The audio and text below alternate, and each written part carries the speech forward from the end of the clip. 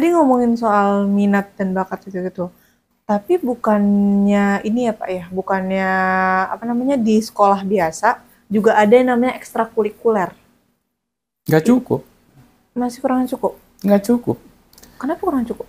Saya kan pernah merasakan sekolah formal juga. Mm-mm. Saya juga ikut ekstrakurikuler. Dulu saya pilih ekstrakurikuler basket karena saya suka basket. Saya pikir ketika saya ikut ekstrakurikuler basket, saya akan menjadi pebasket yang lebih baik dibandingkan sebelumnya.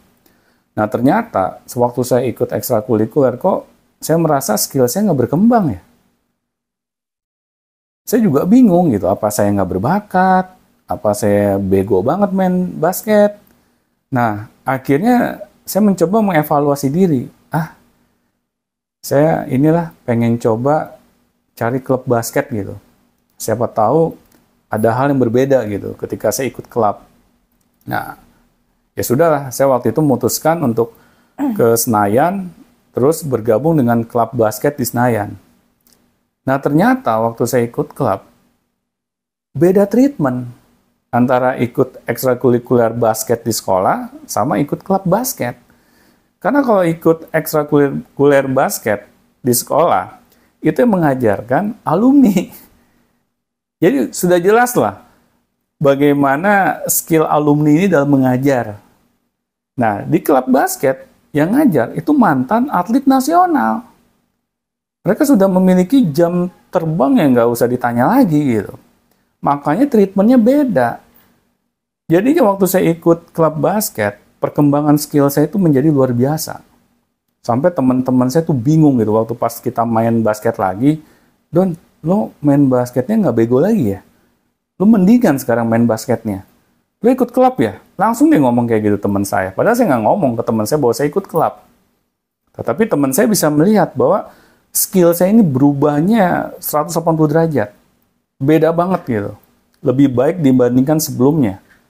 Nah, akhirnya di situ saya ngambil kesimpulan, ternyata ekstrakurikuler itu nggak cukup, Feb. Karena ekstrakurikuler itu hanya seadanya. Nggak ada program-program khusus gitu, dibandingkan kita ikut klub. Makanya saya nggak pernah menyarankan, jujur aja ya. Saya selalu bilang ke anak-anak didik saya, jangan kalian berharap bakat kalian itu bisa terasah dengan maksimal di sekolah. Karena nggak mungkin bisa. Kalian harus mengasahnya di luar. Karena di luar, kalian bisa diasah oleh orang-orang yang profesional. Ya contohnya gini deh, misalnya Lionel Messi. Dia jago di bidang apa?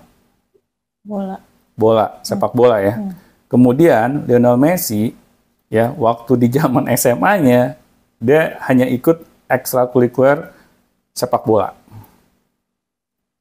Dibandingkan saat ini, ya Lionel Messi itu ikut klub di Barcelona dalam mengasah skill sepak bolanya. Kira-kira kalau Lionel Messi ini hanya di ekstrakurikuler sekolah, bisa nggak dia berkembang seperti saat ini? Susah. Kenapa? Mungkin karena pengajarnya kurang ini aja, kurang berpengalaman mungkin. Kurang berpengalaman, terus Kurang waktunya juga.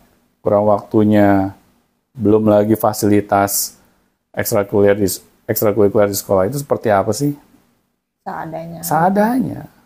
Beda kalau di klub sebesar Barcelona. Yang sudah jelas-jelas mereka adalah klub profesional. Mereka akan mencurahkan segala daya upaya untuk menciptakan anak-anak yang talented. Yang bisa menjadi sosok seorang pesepak bola profesional. Jadi udah beda treatment. Makanya jangan kita sebagai orang tua tuh berharap anak kita ini ikut ekstrakurikuler, terus potensinya akan menjadi maksimal gitu. Nggak bakalan bisa, Feb. Karena saya sudah merasakan. Ya, saya menghimbau kepada orang tua, kalau ingin mengasah potensi anaknya, ayo, mau mencari tahu tempat di mana anak-anak kita ini bisa terasah dengan optimal. Jangan hanya sekolahnya doang yang dipikirin. Apalagi sekolahnya ini, waduh, waktu yang dihabiskan di dalam sekolah itu sangat panjang gitu. Betul. Jadi anak-anak tuh nggak memiliki waktu lagi untuk mengasah potensi di luar akademisnya. Kan sangat disayangkan gitu. Padahal usia sekolah ini adalah usia golden age. Oke. Tapi gimana nih Pak? Misalkan nih ada ibu-ibu atau bapak-bapak nih yang lagi nonton ini gitu. Tapi Pak, anak saya udah terlanjur nih Pak, kelas 3 SMA atau mungkin kelas 2 SMA. Mau lulus, kalau mau keluar dari sekolah itu kan bahasanya harus based on nilai juga kan, dari nilai dia juga kan. Tapi kalau misalkan anak saya arahin ke minat bakatnya nih, nanti nilainya terbengkalai, jadi nggak bisa sekolah dengan benar. Jadi saya harus apa nih? Ya memang kita harus berkorban demi anak kita. Jangan kita mikirin untung rugi. Kalau sama anak ya, kalau saya nggak ada. Misalnya, waduh udah terlanjur nih, saya udah mengeluarkan uang sebanyak ini. Kan sayang gitu. Uang yang saya keluarkan jadi sia-sia. Kalau untuk anak, kita memang harus mau berkorban. Mau berinvestasi. Nggak bakalan sia-sia deh kalau kita investasi sama anak.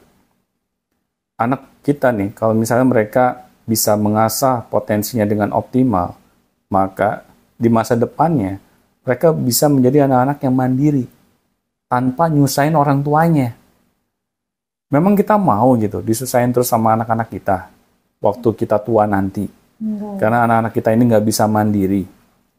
Nah, di sini Feb, makanya orang tua itu jangan selalu berbicara untung rugi saja gitu.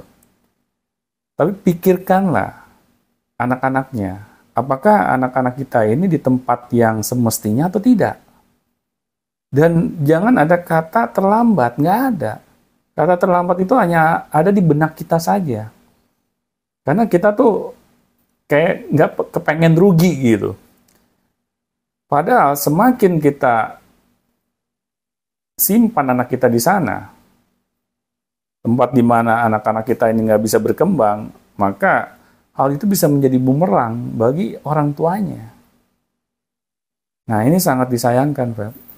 Tapi sekarang juga apa-apa nilai nggak sih Pak? Even nyari kerja juga sekarang mungkin di beberapa perusahaan gitu.